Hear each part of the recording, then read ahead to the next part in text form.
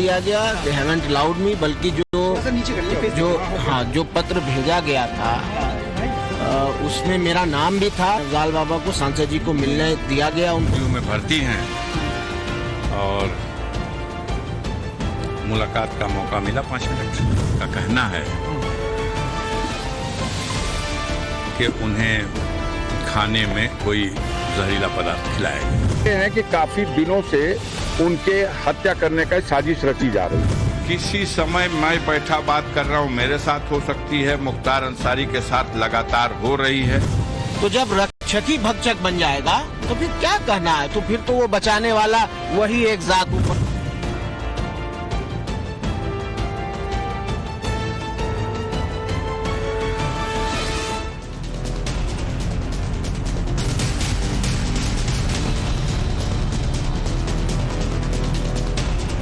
नमस्कार, times now नव भारत पर देश के सबसे पसंदीदा डिबेट शो राष्ट्रवाद में आपका स्वागत है।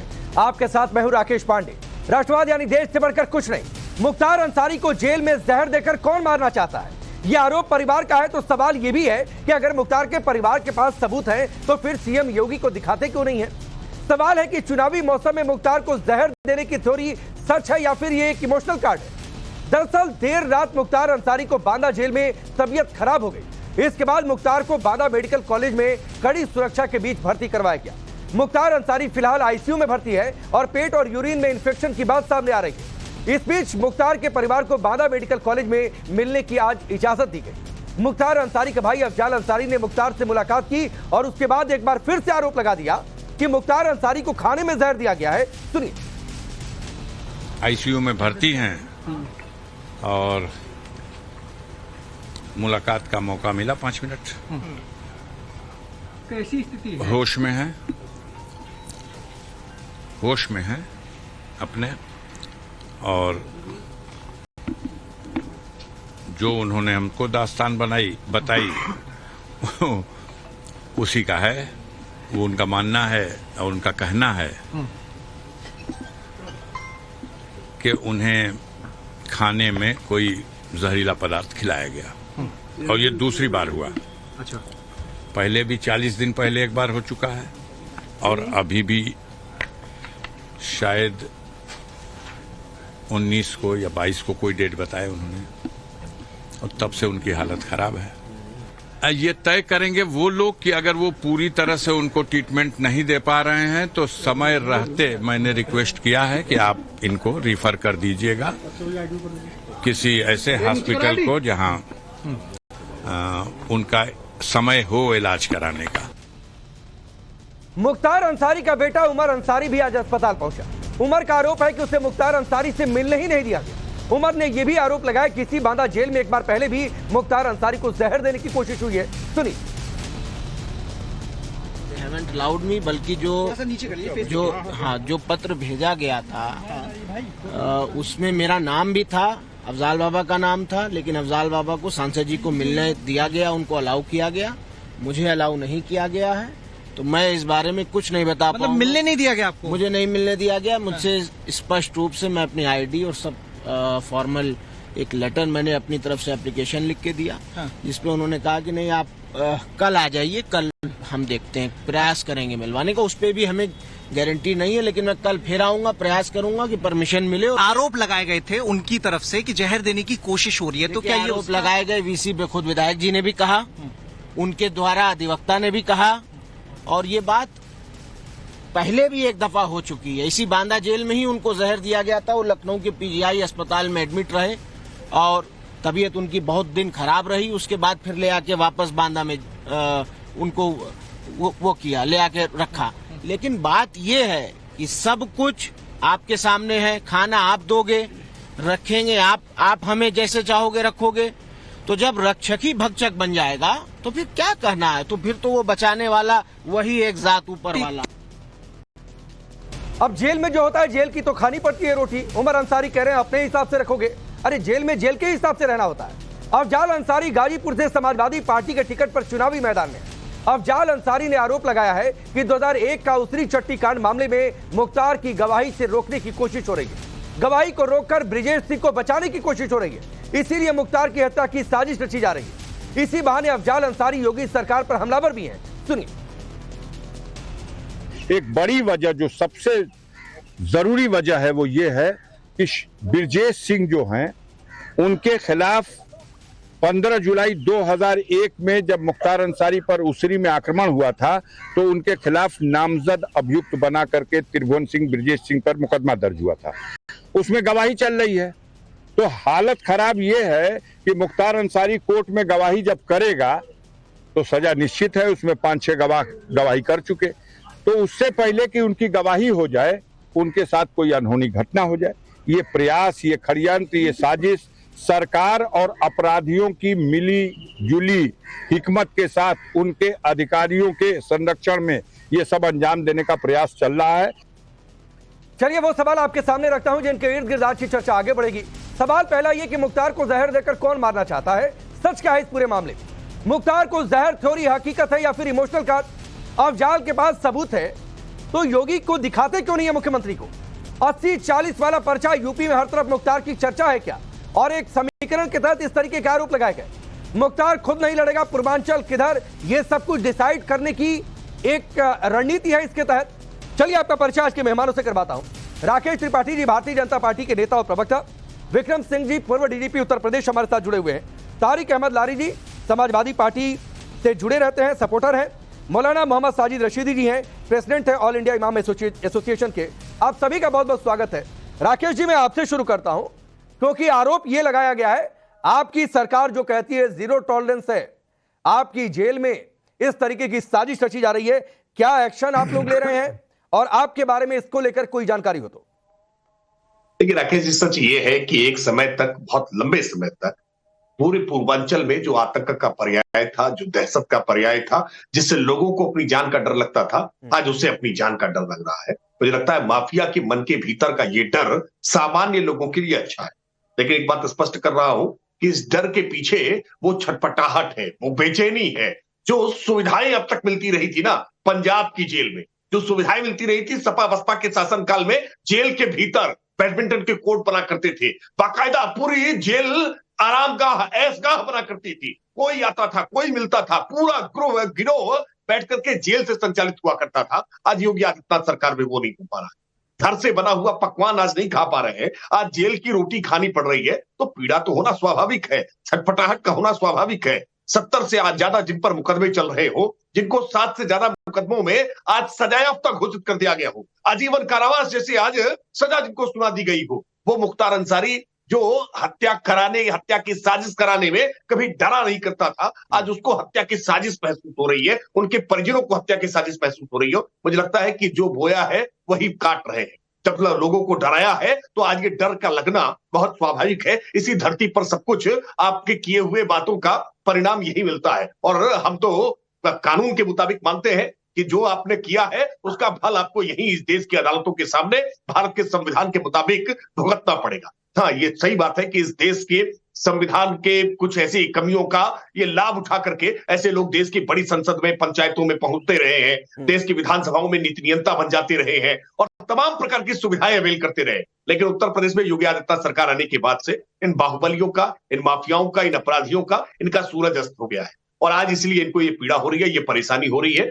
जेल मैनुअल के हिसाब से जो कुछ भी हो रहा है, किसी तरह की कोई ना उनको मिलावट की कोई चीज दी गई है। हाँ, आयु जरूर 60 वर्ष हुई है, अलग अलग मामलों में लगातार सजाएं हुई है, तो तबीयत का खराब हो जाना स्वाभाविक होता है, लेकिन हम विश्वास दिला रहे हैं उनके परिजनों को भी, और जो उनके लिए आज आंसू बहा रहे हैं उनके समाजवादी पार्टी या इस प्रकार के और जो राजनीतिक दल हैं जो उनके खैरख्वाह हैं, उन सबको हम आश्वस्त कर रहे हैं कि मुख्तार अंसारी के लिए जो जेल मैनुअल है उसका पूरा पालन होगा। उनका स्वास्थ्य अगर खराब होता है तो माफिया के स्वास्थ्य के लिए, जो किसी अन्य अपराधी या बंदी के लिए जो चिकित्सकीय सुविधाएं दी जाती है, वो चिकित्सकीय सुविधाएं मुहैया कराई जाएंगी। किसी प्रकार की कोई साजिश नहीं होगी, ना कानून के मुताबिक जो हस्र होना चाहिए वो हस्र होकर के रहेगा, कोई सुविधा नहीं मिलने पाएगी। ये बात स्पष्ट समझ लीजिए। कितना भी आप प्रपंच लगाने की कोशिश करें, कितने भी आप अफवाहें फैलाने की कोशिश करें, कोई सुविधा नहीं मिलने वाली। ठीक है, अब लारी साहब एक बात बताइए, दो बातें हैं।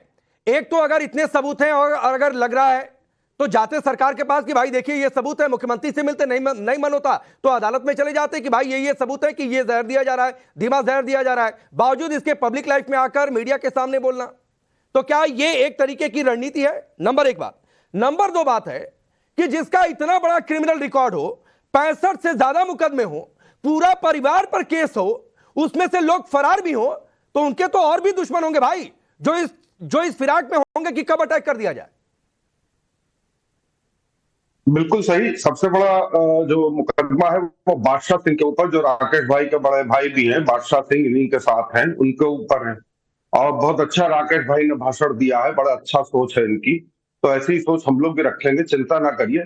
सुप्रीम कोर्ट का आदेश भी हुआ है कि जो मुकदमे बीजेपी वालों से वापस हुए हैं वो वापस उनको रीइंस्टेट किया जाए, तो वो चिंता ना करिए, रीइंस्टेट होंगे तो उसके बाद उस पर भी बातचीत की जाएगी, और जब ये बंद होंगे तब उस पर भी बातचीत की जाएगी। धीमा जहर की बात आप कर रहे हैं, मुझे याद है कि कुछ साल पहले मुख्तार अंसारी और पत्नी दोनों को जहर दिया गया था, और दोनों जेल से ही निकलकर वहां गए थे, क्या नाम है, हॉस्पिटल गए थे और बचे भी थे। ये बात फैक्ट है। ये विक्रम साहब बैठे हुए हैं, इनकी भी जानकारी में होगा, बिल्कुल होगा, ऐसा नहीं है कि नहीं हो सकता है, क्योंकि डीजीपी रहेंगे। तो उनके साथ जो भी हो रहा है और जो इल्जाम लगा रहे हैं, ये बात तो साबित है कि उनका गवाही देने का टाइम आया है किसी चीज का, तो वो बात तो हो सकती है भाई। मेरे ऊपर विक्रम साहब बैठे हैं, उनसे आप पूछिए, हमारे ऊपर भी हमले हुए हैं, कई हमले हुए हैं, हम लोग ने भी देखा है कैसे हमले होते हैं और कैसे क्या किया जाता है, कैसे हत्या की साजिश की जाती है, और कैसे लोगों को बचाने का भी काम किया जाता है कि कोई गवाही ना दे सके, कोई ये ना कर सके। मैं पर्सनल बात कर रहा हूँ अपनी, मेरे ऊपर भी काफी हमले हुए हैं, ऐसा नहीं। नहीं यारी साहब, पर्सनल बात की बात नहीं है। मैंने ये पूछा कि भाई अगर सबूत है, आप जिस पार्टी को फेवर करते हैं उस पार्टी को अफजाल अंसारी को टिकट भी दिया हुआ है, ठीक है, उस पार्टी अफजाल अंसारी को टिकट दिया है। मुख्तार अंसारी के बेटे की बीते विधानसभा चुनाव में इतनी हिम्मत हो गई थी कि वो ये कहता, सार्वजनिक तौर पर सुनाई दिया कि आने दो सपाइयों का शासन, बुलडोजर किस ओर घूम जाएगा। तो मेरा सवाल है कि भाई अगर सबूत है तो सरकार के पास जाइए, सरकार पर नहीं भरोसा है तो अदालत में चले जाइए कि साहब ये सबूत है कि धीमा जहर दिया जा रहा है। सिर्फ मीडिया में आकर बोलने से नहीं कुछ होता है। ईडी का इस्तेमाल करेंगे आपने, राहुल अरे ईडी पर मत जाइए लारी साहब, ईडी पर मैं चर्चा नहीं कर रहा हूँ, भाषण दिया था, मैं ईडी पर नहीं चर्चा कर रहा हूँ। और मैं आपको ये कहता हूँ कि भाई लाइव शो है, अगर आपके पास सबूत है, धैर्य आपके पास, समय में दूंगा, अगर आपके पास सबूत है लारी साहब तो इसी लाइव शो में दिखाइए। सुनने का ताब रखिए, सुनने की ताब रखिए, पहले सुनिए। अखिलेश जी ने कहा था जब हम आएंगे तो मायावती जी,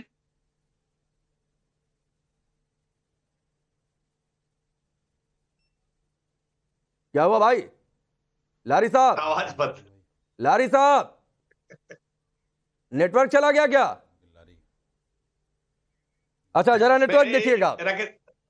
राकेश जी एक बात पे जोड़, हाँ बोलिए लारी साहब भी उसी प्रकार की भाषा का इस्तेमाल कर रहे हैं जिस भाषा का इस्तेमाल अब्बास अंसारी कर रहे थे, सरकार हमारी आने दो। अभी ये लाइव डिबेट में उन्होंने धमकाने का प्रयास किया है, लाइव अभी सरकार हमारी आने दो, तो उसके बाद हम बताएंगे कि क्या क्या कर सकते हैं। सच ये है कि आपकी इसी मुगलतों के कारण आपकी सरकार ना आई थी, ना आई है और ना आने वाली है। आप ये धमकी की भाषा बंद करिए। देश में लोकतांत्रिक प्रक्रिया से चुन करके सरकार बनती है और सरकार को जो करना चाहिए सरकार वही कर रही है, और देश में स्वतंत्र न्यायपालिका है जिसकी देखरेख में सारी चीजें हो रही है। इसलिए आज जो सजाएं हुई है ना मुख्तार अंसारी को, वो योगी आदित्यनाथ सरकार ने नहीं दे दी है, सरकार की पैरवी के कारण आज वो कोर्ट ने सुनाई है और इन बात को स्वीकार नहीं करना चाहते हैं। एक समय था जब अखिलेश यादव ने कह दिया था कि हम कौमी एकता दल का विलय अपनी पार्टी में नहीं करेंगे, हम नई सपा है, नई हवा है, अखिलेश यादव मिस्टर क्लीन है, ये मुलायम सिंह यादव की अपराध वाली राजनीति के साथ नहीं रहेंगे। लेकिन कैसे बेशर्मी से खुल करके समाजवादी पार्टी आज अपराधियों का फिर से संरक्षण करने का काम कर रही है। कैसे समाजवादी पार्टी आज अफजाल अंसारी, मुख्तार अंसारी के पक्ष में पैरवी कर रही है,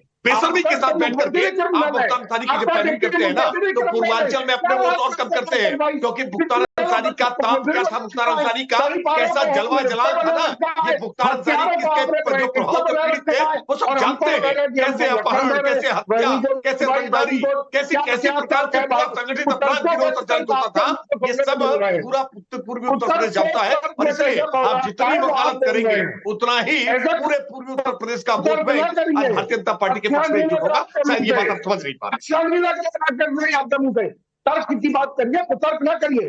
आपका सेंट्रल मुख्यमंत्री है कि नहीं है, आपका तड़ीपार होम मिनिस्टर है कि नहीं है, आपका हत्यारा प्राइम मिनिस्टर है कि नहीं है। तारिक अहमद लारी को कोई जानकारी नहीं है, ये तारिक अहमद लारी को इसलिए समाजवादी पार्टी प्रवक्ता भी नहीं बना रही है, समाजवादी पार्टी इसलिए इनको प्रवक्ता नहीं बनाती, इनको जानकारी नहीं दे रही है। समाजवादी पार्टी आपको इसलिए प्रवक्ता नहीं बना रही, तारिक अहमद लारी मैं कह रहा हूं, आप तार्किक बात स्वयं नहीं करते हैं। आप मुख्यमंत्री को, उत्तर प्रदेश के मुख्यमंत्री को क्रिमिनल कहने का हिम्मत करेंगे? आप इतनी हिम्मत है कि आप उत्तर प्रदेश के 24 करोड़ लोगों के अभिमान स्वाभिमान योगी आदित्यनाथ जी को क्रिमिनल कहने का प्रयास कर रहे हैं। योगी आदित्यनाथ जी योगी है, सन्यासी है और अपराधियों पर इसलिए पीड़ा हो रही है। आप अपराधियों के खैर खा रहे हैं, इसलिए आपको बहुत पीड़ा है। बुलडोजर से बहुत पीड़ा होती है, एनकाउंटर से बहुत पीड़ा होती है। आप चाहे जितना करिए, चाहे जितना मातम करिए, सच ये है कि आज अपराधियों के खिलाफ मैं आगे बढ़ रहा हूं राकेश जी और लारी साहब एक बात कहते हुए सुनिए ना। अरे सुनिए लारी साहब सुनिए, मैं इतनी देर से बीच में नहीं आ रहा था, सुनिए पहले। तार्किक बातें किया करिए, मुख्यमंत्री पर बोल देना, गृह मंत्री पर बोल देना, प्रधानमंत्री पर कुछ भी आकर बोल देना। अदालतों में कुछ साबित हुआ क्या? अदालतों में कुछ साबित हुआ क्या? और जो कन्विक्टेड रहे, जिनको अदालत ने सजा सुनाई, जिनको अदालत ने कहा अपराधी है, उस अतीक को आप लोग फेवर करते रहे। उस अतीक के बेटे का एनकाउंटर होता है तो कहा जाता है कि भाईचारा खराब हो रहा है। तो कम से कम तार्किक बातें किया करिए और इतनी नैतिकता की बातें मत करिए जो खुद आप फॉलो नहीं करते हो। तो कम से कम सोचा करिए। चलिए मैं विक्रम सिंह जी के पास जा रहा हूं, उसके बाद साजिद रशीदी आपके पास आऊंगा। अरे रुक जाइए लारी साहब, रुक जाइए, रुकिए। विक्रम सिंह जी, मुख्तार अंसारी का जैसा क्रिमिनल बैकग्राउंड है, 65 केस है, 7 में सजा हो चुकी है। अफजाल अंसारी भाई पर 7 केस है, सिकबतुल्ला अंसारी है भाई है, 3 केस है, आफशा अंसारी पत्नी है, 11 केस है, अब्बास अंसारी बेटा है, 8 केस है, उमर अंसारी छोटा बेटा है, 6 केस है, निखत बानो बहू है, 1 केस है। ऐसे परिवार की और लोगों से दुश्मनी नहीं होती होगी क्या? राकेश जी, एसटीएफ में अगर आप खंगालें तो वहां एक गैंग चार्ट बना है, मुख्तार अंसारी गैंग, यानी मुख्तार अंसारी गिरोह। और जितनी बातें आपने बताई हैं उसका पूरा शिजरा एसटीएफ और इंटेलिजेंस के पास है, तो उस चीज को दोहराने से कोई फायदा नहीं है। और ये एक बार नहीं, कितनी बार मुख्तार अंसारी और उनके गिरोह के ऊपर कातिलाना हमले हुए हैं, इसकी बात है। और दूसरी चीज, एक चीज होती है पेशबंदी। इसके पहले जब वो पंजाब से उत्तर प्रदेश लाए जा रहे थे तो ये कहा जा रहा था इनकी गाड़ी पलट जाएगी, इनकी हत्या हो जाएगी। कहा गया था कि नहीं कहा गया था? इसके पहले भी कहा गया था कि जेल में उनकी हत्या हो जाएगी। मैं अपने कार्यकाल की बात कर लूं, अरे हम लोग प्रोफेशनल लोग हैं, हमारा किसी से जाति थोड़ी है। आप गूगल पे जाइए तो आप ये देखेंगे कि मैं यानी तत्कालीन आईजी और तत्कालीन मुख्यमंत्री उनकी हत्या करा देंगे। अरे भैया, हम लोग पुलिस अफसर हैं, किसी की रंजिश में हम लोग नहीं पड़ते हैं। आप अगर सेवा का मौका देंगे, सेवा होगी भरपूर। ये भी कान खोल के सुन लीजिए। गाजीपुर जेल के अंदर डीएम एसपी आपके साथ जाके बैडमिंटन खेलते थे, तालाब में मछली पाली जाती थी जिससे ताजी मछली मिल जाए, और इसके अलावा शासन प्रशासन ने भरपूर मदद की। अब ये बात आती है कि अगर राइट टू लाइफ एक मौलिक अधिकार है, कोई भी हो, मैं हूं, आप हो, मुख्तार अंसारी हूं, राइट टू लाइफ मौलिक अधिकार है। और अगर उन्होंने कहा है कि उनको स्लो पॉइजन किया गया है, आप दरखास्त दे न दे, शासन इसकी जांच जरूर कर रहा होगा। जांच शुरू भी हो गई होगी कि 900 कैदी थे, मुख्तार अंसारी के अलावा कितने स्लो पॉइजन हुए, सीसीटीवी लगा है, क्या कोई चीज मिलाई गई। नंबर 3 पीएससी का पहरा था। और अगर उनकी जान को कोई खतरा है, लेकिन एक बात मैं कह रहा हूं कि अगर आप आरोप लगा रहे हैं तो कोई आधार होना चाहिए ना।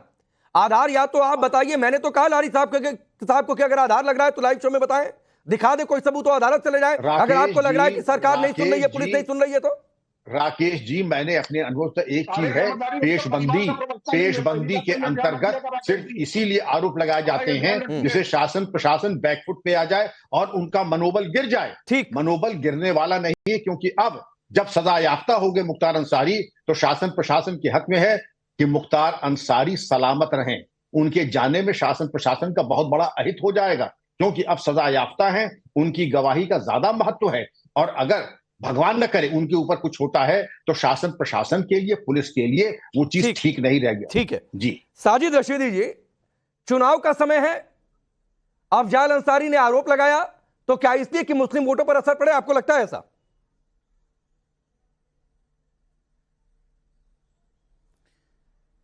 नहीं, देखिए, सिर्फ एक पहलू पर बात नहीं करनी चाहिए, इसका दूसरा पहलू भी हो सकता है। और जैसा आप कह रहे हैं कि सबूत है तो दिखाइए।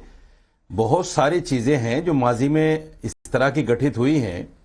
आप अतीक को ही ले लीजिए, जिस तरह से पुलिस के सामने इनकाउंटर हुआ, और पूरा जिम्मे गफीर था पुलिस का वहां और इनकाउंटर हो गया, तो ये सारा कुछ देखने को मिलता है। जो कुछ भी होना होता है वो हो जाता है। इससे इस बात पे फर्क नहीं पड़ता कि साहब क्या जिन लोगों के, वो भी सजा याफ्ता था, सजा याफ्ता होने के बाद में कितने लोग सस्पेंड हुए, कितने लोगों के ऊपर गाज गिरी, कितने लोग क्या हुआ, कुछ भी नहीं।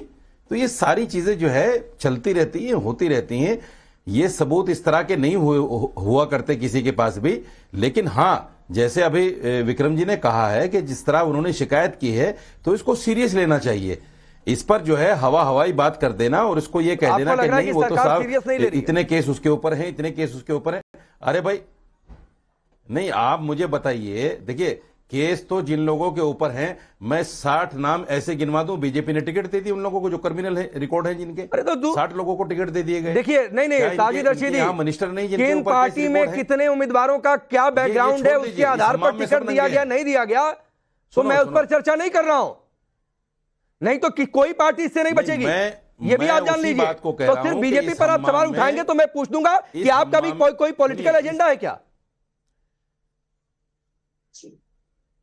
अरे सुन लीजिए बात भाई साहब, आप पूछिए, आपका तो काम है पूछना, हम कब मना कर रहे हैं, पूछिए। मैं ये कह रहा हूं कि इस हम्माम में सब नंगे हैं। आप मुझे बताइए, योगी जी ने अपने 15-16 मुकदमे खत्म किए नहीं किए? उप मुख्यमंत्री के ऊपर जो केस थे वो खत्म किए कि नहीं किए? अच्छा चलिए राकेश जी इसका जवाब दीजिए, सीधे मुख्यमंत्री योगी आदित्यनाथ को लेकर बात। और दूसरा मैं इसमें सवाल एक ऐड कर देता हूं राकेश जी, कि क्या आपको यह लगता है कि ये मुस्लिम वोट बैंक के लिए इस तरीके के आरोप लगाए गए? देखिए, एक बात में मौलाना साजिद रशीदी और इस तरह की अफवाह फैलाने वाले सभी लोगों को स्पष्ट तौर पर और आपके दर्शकों की जानकारी के लिए भी कहते कि कानून में कुछ मुकदमे ऐसे होते हैं जो मुकदमे बिना कोर्ट की अनुमति के कोई राज्य सरकार, कोई प्रोसिक्यूशन, इवन जिनके साथ जिसने मुकदमा दर्ज कराया हो वादी मुकदमा भी, उसे वापस नहीं ले सकता है।